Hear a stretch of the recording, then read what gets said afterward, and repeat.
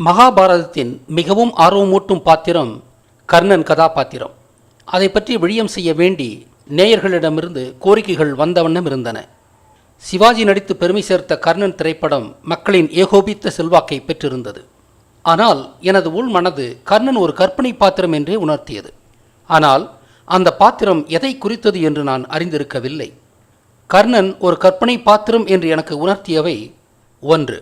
குந்தி என்ற கற்பனை பாத்திரத்திற்கும் சூரிய பகவானுக்கும் பிறந்தது. அப்படி பார்த்தால் பாண்டவர் ஐவருமே கற்பனை பாத்திரங்களாகத்தானே இருக்க வேண்டும். ஆனால் அவர்கள் நிஜ பாத்திரங்களாயிற்றே. எனவே இதை மட்டும் வைத்துக்கொண்டு கர்ணனை கற்பனை பாத்திரம் என்று கூற இயலாது. 2. கர்ணன் கவச குண்டலங்களோடு பிறந்தவர்.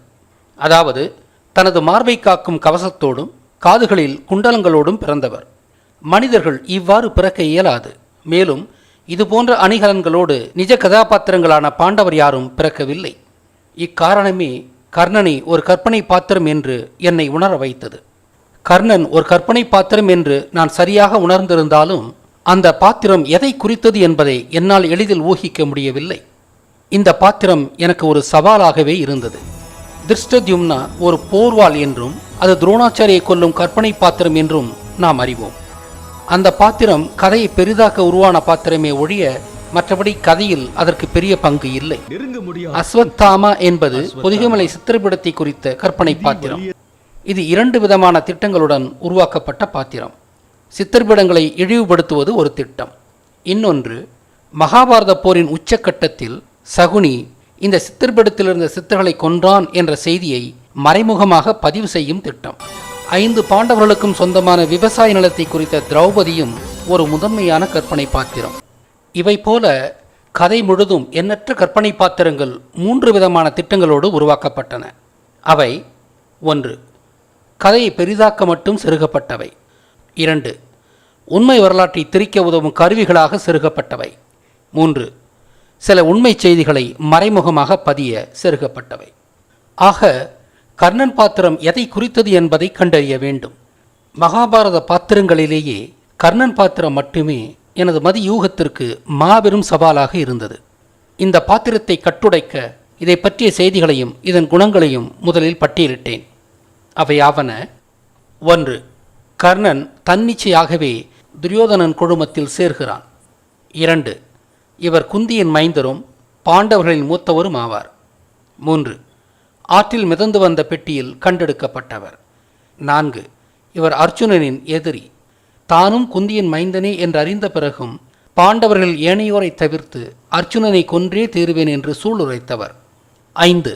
சுயம்வர போட்டியில் கர்ணன் கலந்து கொள்ளக்கூடாது என்று திரௌபதி தடுத்து விடுகிறாள். கர்ணனும் திரௌபதியை துரியோதனன் அளவுக்கே வெறுக்கிறான். 6. திரௌபதி துகில் உரிப்பை கர்ணன் ஆதரிக்கிறான். 7. கௌரவர்களோடு சேர்ந்து கொண்டு அபிமன்யுவை கொல்கிறான். 8. திக்விஜயம் சென்று பல தேசங்களை வெல்கிறான். 9. நாக அஸ்திரத்தை கர்ணனே பாவிக்கிறான்.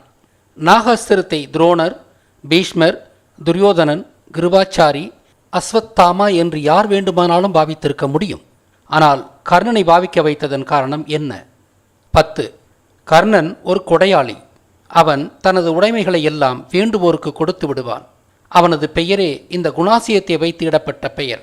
கரம் என்றால் கை, கரணன் என்றால் கைகளை உடையவன் என்று பொருள். கை என்பது கொடையை குறித்த சொல்.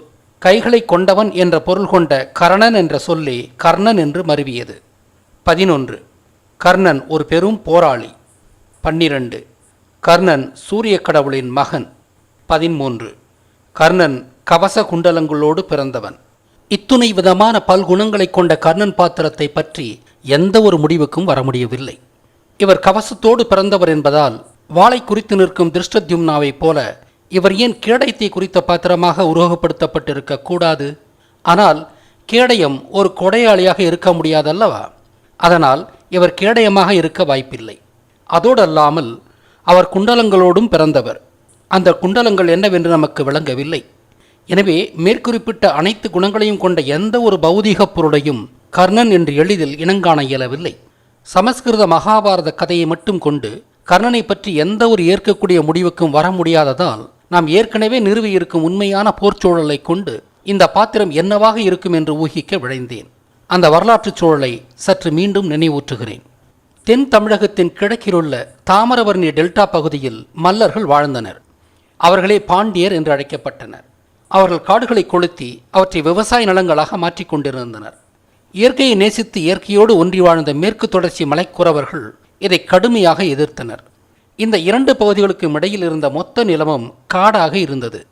அங்கே ஆடு மாடுகள் மேய்த்து வாழ்ந்த இடையர்கள் வாழ்ந்தனர். இதில் ஆடு மேய்த்தவர்கள் கோணார்கள் என்று அழைக்கப்பட்டனர். மாடு மேய்த்தவர்கள் ஆயர்கள் என்று அழைக்கப்பட்டனர். ஆயர்களிடம் காளைகள் இருந்ததால் தாங்களும் விவசாயத்தில் ஈடுபட முடியும் என்பதால் பாண்டியர்களை ஆதரித்தனர். காளைகளை வைத்துத்தானே விவசாயம் மேற்கொள்ள முடியும்.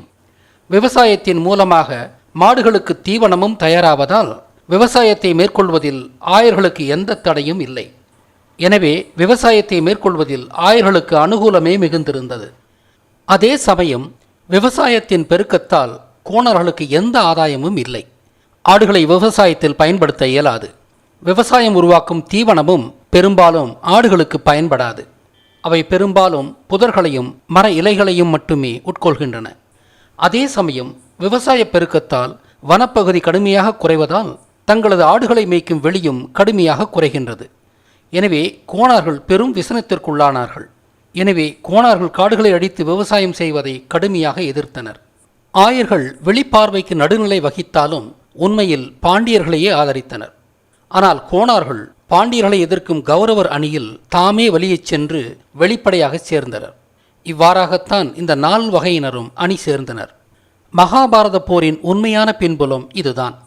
யூத பிராமணர்கள் உண்மையான மகாபாரத வரலாற்றை முற்றாக திரித்து எழுதியிருந்தாலும் மீண்டும் கட்டுடைத்து உண்மை வரலாற்றை அறியும் விதமாக குழுவுக்குறிகளை உள்ளடக்கிய பாத்திரங்களை வடிவமைத்திருந்தனர். அப்படி உருவாக்கப்பட்ட பாத்திரங்களில் ஒன்றுதான் கர்ணன். செம்மறியாடு மேய்ப்பவர்கள் யாதவர்கள். மகாபாரத காலங்களில் தமிழகத்தில் செம்மறியாடுகள் இருக்கவில்லை. ஆகையால் மகாபாரத காலங்களில் யாதவர்கள் தமிழகத்தைச் சேர்ந்தவர்கள் இல்லை. அக்காலங்களில் செம்மறியாடு வட இந்திய விலங்கு. எனவே யாதவர்கள் வட இந்தியர்களே.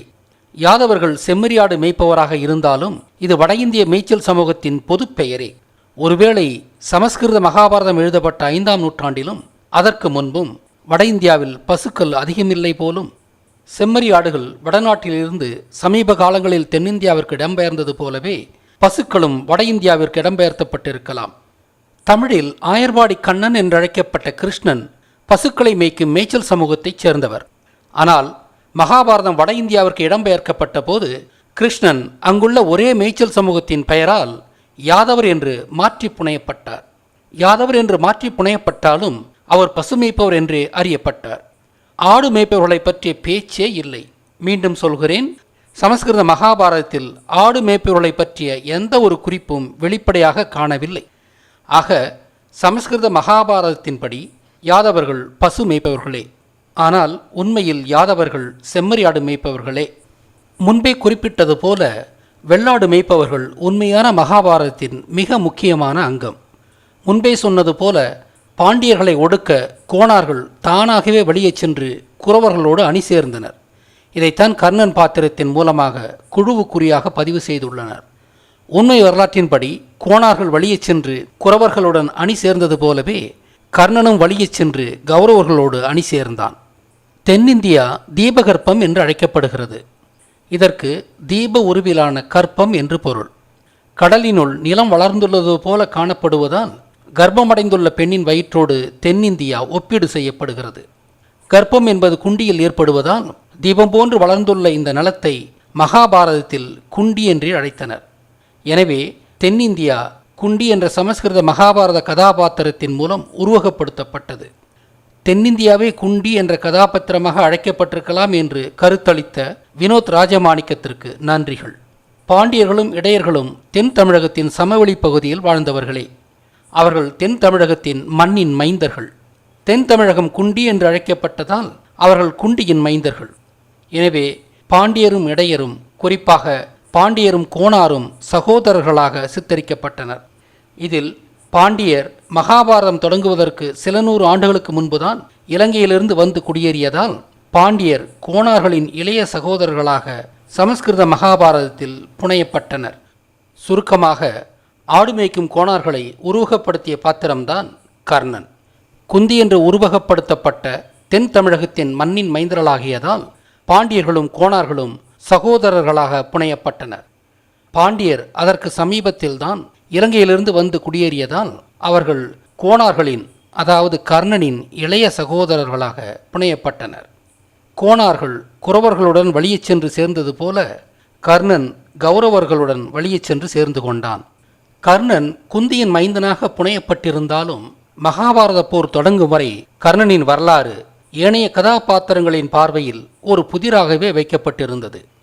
கோணார்கள் பாண்டியர் போலவே தென்னிந்திய சமவெளியில் வாழ்ந்தவர்கள். ஆனால் கோணார்கள் பூர்வக்குடிகள் என்பதால் அவர்கள் பாண்டவர்கள் பிறக்கும்போது பிறக்காமல் அதற்கு முன்பே பிறந்தது போல காட்டப்பட வேண்டும்.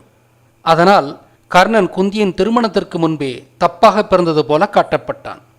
கோணார்கள் மலையில் வாழ்ந்த குரவர்களுடன் கூட்டணி சேர்ந்ததை ஒரு குழுவுக்குறியாக பதிய வேண்டும்.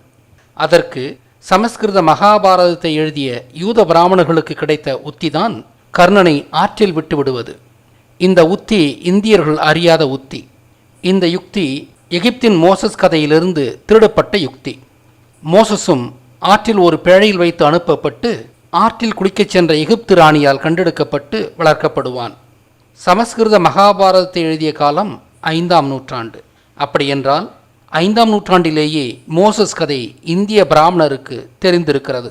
தென்னிந்திய பிராமணர்கள் இஸ்ரேலிலிருந்து வந்த யூதர்களாதலால் அவர்களுக்கு அவர்களின் முன்னோர்களின் கதை தெரிந்திருந்ததில் வியப்பில்லை.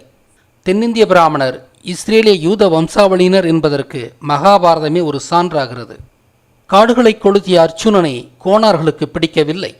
அர்ச்சுனன் உருவாக்கிய காட்டுத்தீயில்தான் கோணார்களின் தலைவனான தக்ஷகனின் மனைவி இறந்து போனாள். தெற்கு சகன் என்று பிரியும் தக்ஷகன் என்ற சொல்லின் பொருள் தெற்கத்திய சகவாசி என்பதாகும். எனவே பாண்டியர்களில் அர்ச்சுனன் மீது மட்டும் கோணார்கள் கடுங்கோபத்தில் இருந்தனர். அதனாலேயே அர்ச்சுனன் கோணார்களின் முதன்மையான எதிரியானான். அதனால்தான் ஏனைய பாண்டியர்களை கொல்ல மாட்டேன் என்று வாக்களித்தாலும் அர்ச்சுனனை மட்டும் கொல்வேன் என்றே கர்ணன் சபதமேற்றான். காடுகளை அடித்தே விவசாயம் நடந்ததால் கோணார்கள் விவசாயத்தை வெறுத்தனர்.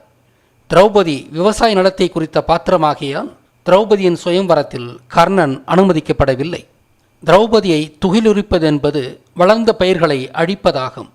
கர்ணன் இதற்கு ஆதரவளித்தது புரிந்து கொள்ளக்கூடிய நிதர்சனம்.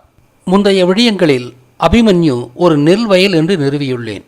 கிருஷ்ணன் அர்ச்சுனனுக்கு கொடுத்த சுபத்ரா என்று அழைக்கப்பட்ட காட்டுப்பகுதியை பயன்படுத்தி அதை ஒரு நெல் விளையும் பூமியாக மாற்றினான் அர்ச்சுனன். அதுவே செழிப்பான மண் என்ற பொருளில் அபிமன்யு என்று உருவகப்படுத்தப்பட்டது. போரின் ஒரு பகுதியாக குரவர்களும் கோணார்களும் சேர்ந்து கொண்டு நெல் வயலை அழித்தனர். இதைத்தான் அபிமன்யுவின் அழிவு என்று காட்டப்பட்டது. கர்ணன் திக்விஜயம் மேற்கொண்டு பல நாடுகளை வென்றான். திக்கு என்றால் திசை என்று பொருள். விஜய் என்றால் வெற்றி என்று பொருள். திக்விஜய் என்றால் கர்ணன் அனைத்து திசைகளிலும் விஜயம் செய்து வெற்றியோடு திரும்பினான் என்றே பொருள். உண்மையில் மேய்ச்சல் சமூகத்தைச் சேர்ந்த கோணார்கள் நாடோடி சமூகம். ஓரிடத்தில் நிலையாக தங்காமல் மொத்த நிலமனைத்தையும் பருவகாலங்களை ஒட்டி வலம் வந்து கொண்டிருப்பார்கள். இந்த நாடோடி வாழ்க்கைதான் கர்ணனின் திக்விஜயமாக புனையப்பட்டது. மகாபாரத போரில் நாக அஸ்திரத்தை பயன்படுத்தும்படி துரியோதனன் கர்ணனை வற்புறுத்துகிறான். நாக அஸ்திரம் என்றால் என்ன? ஆதியிலிருந்தே தரையிலேயே வாழும் மேய்ச்சல் சமூகம் நாகர் என்றழைக்கப்படுகிறது. முதலாக தெளிவாக பேசிய மக்கள் என்ற பொருளிலேயே அவர்கள் நாகர் என்று அழைக்கப்பட்டனர். அவர்கள் நாக்கை உடையவர்கள் என்ற பொருளில் நாக்கர் என்று அழைக்கப்பட்டு அதுவே நாகராக மருவியது.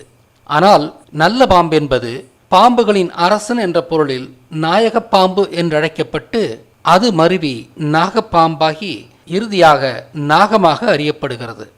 இந்த உண்மையை நன்றாக அறிந்த யூத பிராமணர்கள் உண்மை வரலாற்றை அழிக்க திட்டமிட்டே நாகர் இனத்தைச் சேர்ந்த கோணார்களை பாம்பினமாக சித்தரித்தனர். சமஸ்கிருத மகாபாரதப்படி கோணார்கள் பாம்பினமானார்கள். ஏற்கனவே கோணார் படைப்பிரிவு வலியச் சென்று கௌரவர்களுடன் இணைந்தது என்று சொன்னேன். ஆக பாம்பு அஸ்திரமாக சித்தரிக்கப்பட்டது கோணார் படைப்பிரிவே. எனவே கோணார்களின் பிரதிநிதியாக உருவகப்படுத்தப்பட்ட கர்ணன் தானே நாக அஸ்திரமாக உருவகப்படுத்தப்பட்ட நாகர் படைப்பிரிவை வழிநடத்த முடியும். அதனால்தான் பீஷ்மர், துரோணர் போன்றவர்களை நாக அஸ்திரத்தை பிரயோகிக்கும்படி துரியோதனன் வேண்டவில்லை, கர்ணனை மட்டும் வேண்டினான். கர்ணன் ஒரு பெருங்கொடையாளியாக உருவகப்படுத்தப்படுகிறார். அவர் அங்க தேசத்தின் செல்வங்களை மக்களுக்கு கொடையளிப்பதாக சமஸ்கிருத மகாபாரதம் சொல்கிறது. அது ஒரு சிறுமையே, கொடையாகாது. ஏனென்றால் அங்க தேசமே கர்ணனுக்கு கொடையாக அளிக்கப்பட்ட நாடுதான். மாற்றான் தனக்கு கொடையாக அளித்ததிலிருந்து மற்றவருக்கு கொடையளிப்பது மெய்யான கொடையாகாது. எனவே கர்ணன் கொடையாளி என்பதற்கு வேறு ஆழமான காரணம் இருக்க வேண்டும். ஏனென்றால் கர்ணன் என்ற பெயரே கொடை என்ற கருத்தால் உருவான பெயரே. எனவே கர்ணன் பாத்திரத்தை முழுமையாக கட்டுடைக்காமல் அவனது கொடைத்தன்மையை புரிந்து கொள்ள முடியாது. மனித உருவிலான கர்ணன் கோனார் சமூகத்தை குறித்த ஒரு குழுவுக்குறி பாத்திரமானாலும் கர்ணனின் உண்மை அடையாளம் என்ன? கோனார்கள் நாகர்கள் என்பதால் கர்ணனும் ஒரு பாம்பாக சித்தரிக்கப்பட்டிருக்கலாமோ? ஆராய்வோம். இந்த பாத்திரத்தை முழுதாக கட்டுடைக்க வேண்டுமானால் கர்ணனின் வேறு குணங்களையும் அலசி பார்க்க வேண்டும். அவை: கர்ணன் ஒரு கொடையாளி, கர்ணன் ஒரு பெரும் போராளி, அவர் சூரிய கடவுளின் மைந்தர், அவர் கவச குண்டலங்களோடு பிறந்தவர். இதுவரை நாம் விவரித்த கோணார்களை குறித்த குணங்களைக் காட்டிலும் இந்த 4 தனித்துவமான குணங்கள் கர்ணன் என்ற பாத்திரத்தை சரியாக கட்டுடைக்க உதவும். ஆம், இந்த குணங்கள் கோணார்களை குறித்த கர்ணனின் உண்மை அடையாளத்தை அறிய உதவும். அந்த அடையாளம் எது? அதை நான் ஆள் வெள்ளாடு என்று முதற்கட்டமாக கொண்டால் சிரிக்காதீர்கள், ஆச்சரியம் கொள்ளாதீர்கள். ஆம், ஆண் வெள்ளாடு மிகவும் பொருந்தக்கூடிய ஒரு உத்தேச பாத்திரம். அது எப்படி பொருந்துகிறது என்பதை இப்போது பார்ப்போம்.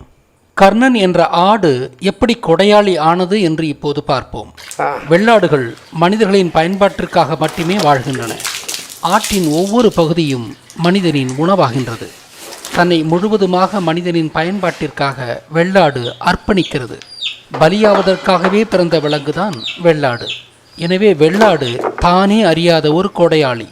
ஆக கர்ணனின் கொடையாளி என்ற புனைவு எப்படி என்பதை அது ஆடு என்பதின் மூலம் உறுதி செய்கிறோம். இந்த விடிய இணைப்பில் காண்பது போல ஆடு ஒரு யுத்தம் செய்யும் விலங்கு. உலகெங்கும் பணயம் வைத்து ஆடும் விளையாட்டாக கிடா சண்டை நடத்தப்படுகிறது. எனவே கர்ணனை ஒரு போர் வீரன் என்று சித்தரித்தது சரிதானே? ஆடு ஒரு முட்டு சண்டைக்காரனாக இருந்தாலும் அர்ஜுனனுக்கு போட்டியாக உருவகப்படுத்தப்பட்டதால் ஒரு வில்லாளியாக சித்தரிக்கப்பட்டார். இப்போது கர்ணன் சூரிய பகவானின் பிள்ளையான விதத்தை ஆய்வு செய்வோம். இந்திரன் ஒரு மழைக்கடவுள். அவர் இலங்கையைச் சேர்ந்த ராவணனின் மகன். இலங்கையை பூர்வீகமாக கொண்ட அர்ஜுனன் மல்லர் சமூகத்தைச் சேர்ந்த ஒரு விவசாயி. எனவே அர்ஜுனன் இந்திரனின் மகனாக புனையப்பட்டார். மல்லர்கள் தேவ இந்திர குல வேளாளர்கள் என்று அழைக்கப்பட்டது விவசாயிகளான அவர்கள் மழையை நம்பி வாழ்ந்தவர்கள் என்பதால்தான். அதே போல கர்ணன் சூரிய கடவுளின் பிள்ளையாக ஒரு காரணத்தால் தான் உருவகப்படுத்தப்பட்டார். அதை இப்போது அலசுவோம். சந்திரமான வருடம் பருவங்களை உள்ளடக்கி உண்டான வருட கோட்பாடு அல்ல. ஏனென்றால் சந்திரமான வருடம் 354 நாட்களை மட்டும் கொண்டது. இது பருவங்களை குறித்த 365.25 நாள் வருடத்தை விட 11.25 நாட்கள் பற்றாக்குறை கொண்ட வருடம். இதில் 3ஆம் பிறை பார்த்துத்தான் மாதங்களை பகுக்கின்றனர். இப்படி பகுத்த 12 மாதங்கள் ஒரு வருடமாகின்றது. சந்திரமான மாதத்திற்கு 29.5 நாட்களே உள்ளன. இத்தகைய 12 மாதங்கள் இணைந்து 354 நாட்கள் கொண்ட வருடமாகிறது. எனவே இங்கு மாதங்களும் அவற்றிற்குரிய பருவங்களும் பிணைக்கப்படுவதில்லை. பருவங்களை ஒட்டி வரையறுக்கப்பட்ட வருடமே விவசாய நடவடிக்கைகளுக்கு உகந்த வருடம். அதனால் வருடத்தை நிலவை அடிப்படையாக கொண்டு வரையறுப்பதை விடுத்து சூரியனை கொண்டு வரையறுக்க வேண்டும். சூரியனை வைத்துத்தானே பருவங்கள் மாறுகின்றன. சூரியனை கொண்டு வருடத்தை எப்படி வரையறுப்பது என்று இப்போது பார்ப்போம். நமது அண்டத்தின் மத்தியில் சூரியன் உள்ளது. சூரியனை சுற்றும் பூமியின் நீள்வட்ட பாதையின் தளத்தைச் சுற்றி ஆகாயம் 12 சம பாகங்களாக பிரிக்கப்பட்டன. அத்தகைய ஒவ்வொரு பாகத்திலும் உள்ள முதன்மையான உடுக்களை கொண்டு ஒவ்வொரு சித்திரம் சோடிக்கப்பட்டது. அப்படி சோடிக்கப்பட்ட சித்திரங்களே சோடியாக் என்று அழைக்கப்பட்டது. பூமி தன்னைத்தானே சுற்றி கொண்டு சூரியனை சுற்றி தனது நீள்வட்ட பாதையில் செல்லும்போது எந்த ஒரு குறிப்பிட்ட சோடியாக்கின் தொடக்கப் பகுதி ஒரு குறிப்பிட்ட மாலை வேளையில் கண்ணில் தென்படுகிறதோ அது அந்த மாதத்தின் தொடக்கமாகவும், அடுத்த சோடியாக்கின் தொடக்கப் பகுதி அதே மாலை வேளையில் கண்ணில் படும் நாள் இந்த மாதத்தின் இறுதியாகவும் அடுத்த மாதத்தின் தொடக்கமாகவும் கொள்ளப்பட்டது. இந்த முறையானது பருவங்களையும் அவை நிகழும் மாதங்களையும் மாறாமல் பிணைக்கின்றது. இதனால் இது பருவ ஆண்டு என்றும் சூரிய ஆண்டு என்றும் சித்தரியல் ஆண்டு என்றும் அழைக்கப்படுகிறது. தமிழ் சித்தர்கள் இதை உருவாக்கியதால் இது சித்திரியல் ஆண்டு என்று அழைக்கப்பட்டு அதுவே சிதறியல் ஆண்டு என்று மருவியுள்ளது. சிதறியல் என்பதற்கு மேலை நாட்டினரால் சரியான சொல் மூலம் காண இயலவில்லை. இப்படியான 12 சோடியாக்குகளில் ஒன்று மட்டும் மாதத்தை வரையறுப்பது மட்டுமில்லாமல் வருடத்தையும் வரையறுக்க தேர்வு செய்யப்பட்டது. ஏறத்தாழ கடந்த 3000 ஆண்டுகளாக மேச ராசியே வருடத்தை குறிக்க உண்டான ராசி.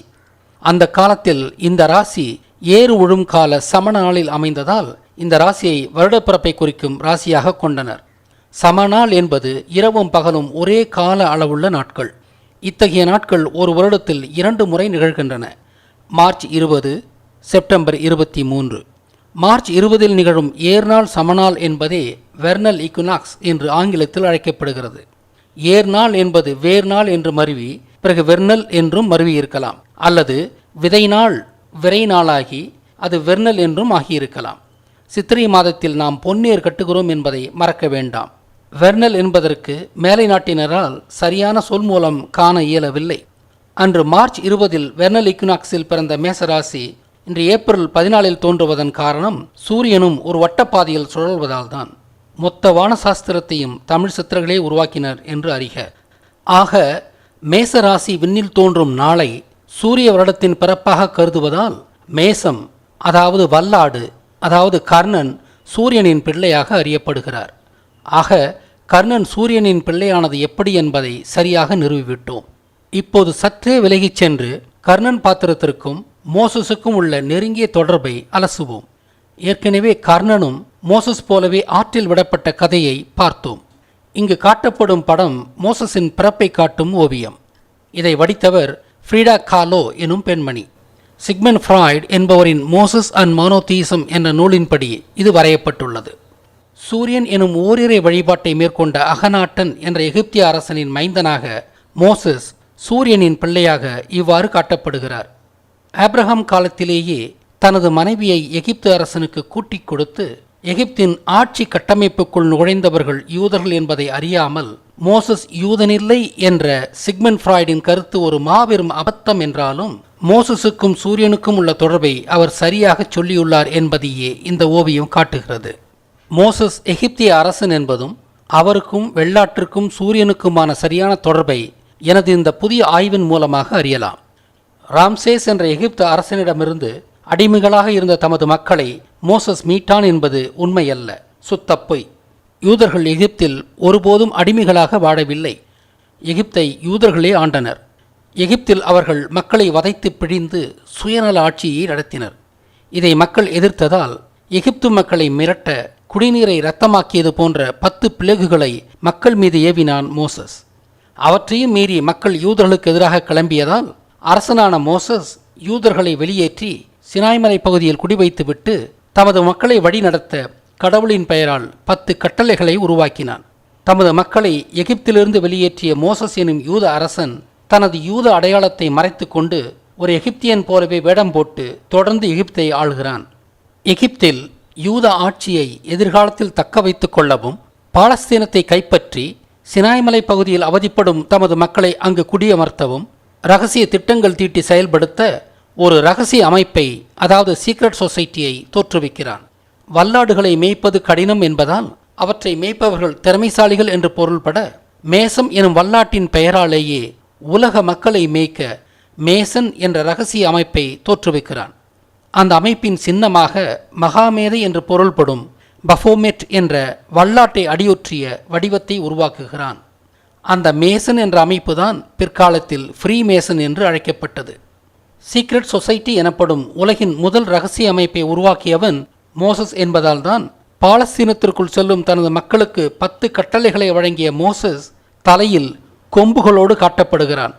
இரகசிய அமைப்பு வைத்திருக்கும் யூதர்கள் கொம்பு முளைத்தவர்கள், அவர்களை வீழ்த்த முடியாது என்பது அதன் பொருள். மோசஸின் கொம்பு பஃபோமெட்டின் கொம்பை குறிக்கிறது. உலகின் முதல் சீக்ரெட் சொசைட்டியை உருவாக்கியவன் மோசஸ் தான் என்பது இந்த விடயம் முன்வைக்கும் புதிய கருத்து. யூதர்கள் வரலாற்றின் நிகழ்வுகளை தந்திரமாக குழுவுக்குறிகளால் தக்க வைக்கின்றனர். அப்படி உருவான குழுவுக்குறிதான் ஃப்ரீமேசன் மூலகர்த்தாவான மோசஸின் கொம்புகள். மேசன் எனும் இரகசிய அமைப்பை அவன் உருவாக்கியதாலேயே மேசன், மோசன், மோசஸ் என்ற பெயர் அவனுக்கு உருவாகி இருக்க வேண்டும். பழங்கால பெயர்கள் எல்லாமே பட்டப்பெயர்களே என்று அறிக. ஏற்கனவே யூதர்கள் எப்படி சூரிய வழிபாட்டுக்காரர்கள், ஆதி இஸ்லாமிய அரேபியர் எப்படி சந்திர வழிபாட்டுக்காரர்கள் என்ற உண்மையை இஸ்லாத்துக்கும் மகாபாரதத்திற்கும் உள்ள தொடர்பை சொல்லும் விழியும் வழியாக சொல்லியுள்ளேன். ஆக சூரியனின் பிள்ளையாகிய வல்லாட்டின் கொம்புகளை உடைய மேசன் எனும் மோசஸ் ஆற்றில் விடப்பட்டது போலவே வல்லாட்டை குறித்த மேசம் எனும் கர்ணனும் ஆற்றில் விடப்பட்டான். சமஸ்கிருத மகாபாரதத்தை எழுதிய 5ஆம் நூற்றாண்டு யூத பிராமணர்களுக்கு எல்லாமே தெரிந்திருக்கிறது. மீண்டும் தலைப்புக்கு திரும்புவோம். இப்போது கர்ணன் ஒரு ஆடு என்பதற்கு இறுதியானதும் தவறு காண முடியாததுமான சான்று என்னவென்றால், அவன் கவச குண்டலங்களோடு பிறந்தவன் என்பதுதான். கவச குண்டலங்கள் என்றால் என்ன? இங்கு காட்டப்படும் தென்னிந்திய ஆட்டின் உருவப்படத்தை சற்றே உற்று காணுங்கள். வாவ்! புரிந்ததா? குண்டலங்கள் தெரிகின்றதா? கவசம் தெரிகின்றதா? கவசம் என்பது கேடயத்தை மட்டும் குறித்த சொல் இல்லை. விலங்குகளின் தற்காப்பு ஆயுதமான கொம்பும் கவசம் என்று அறியப்படும். ஆம், கோனார் சமூகத்தை குறித்து நிற்கும் ஆண் வெள்ளாடுதான் கர்ணனாக சித்தரிக்கப்பட்டுள்ளது. அட ஆண்டவனி, மகாபாரதத்தின் மகாபுருஷனான கர்ணன் ஒரு வெள்ளாடுதானா? நல்ல கேளிக்கை ஐயா, நல்ல கேளிக்கை. இவனுக்காகத்தான் இவ்வளவு நாள் நாம் அழுதோமா?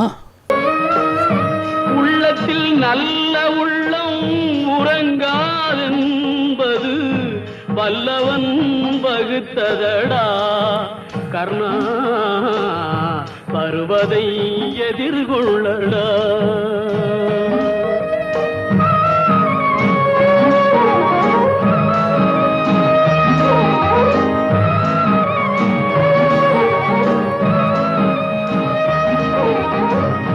தாய்க்கு நீ மகனில்லை, தம்பிக்கு அண்ணனில்லை.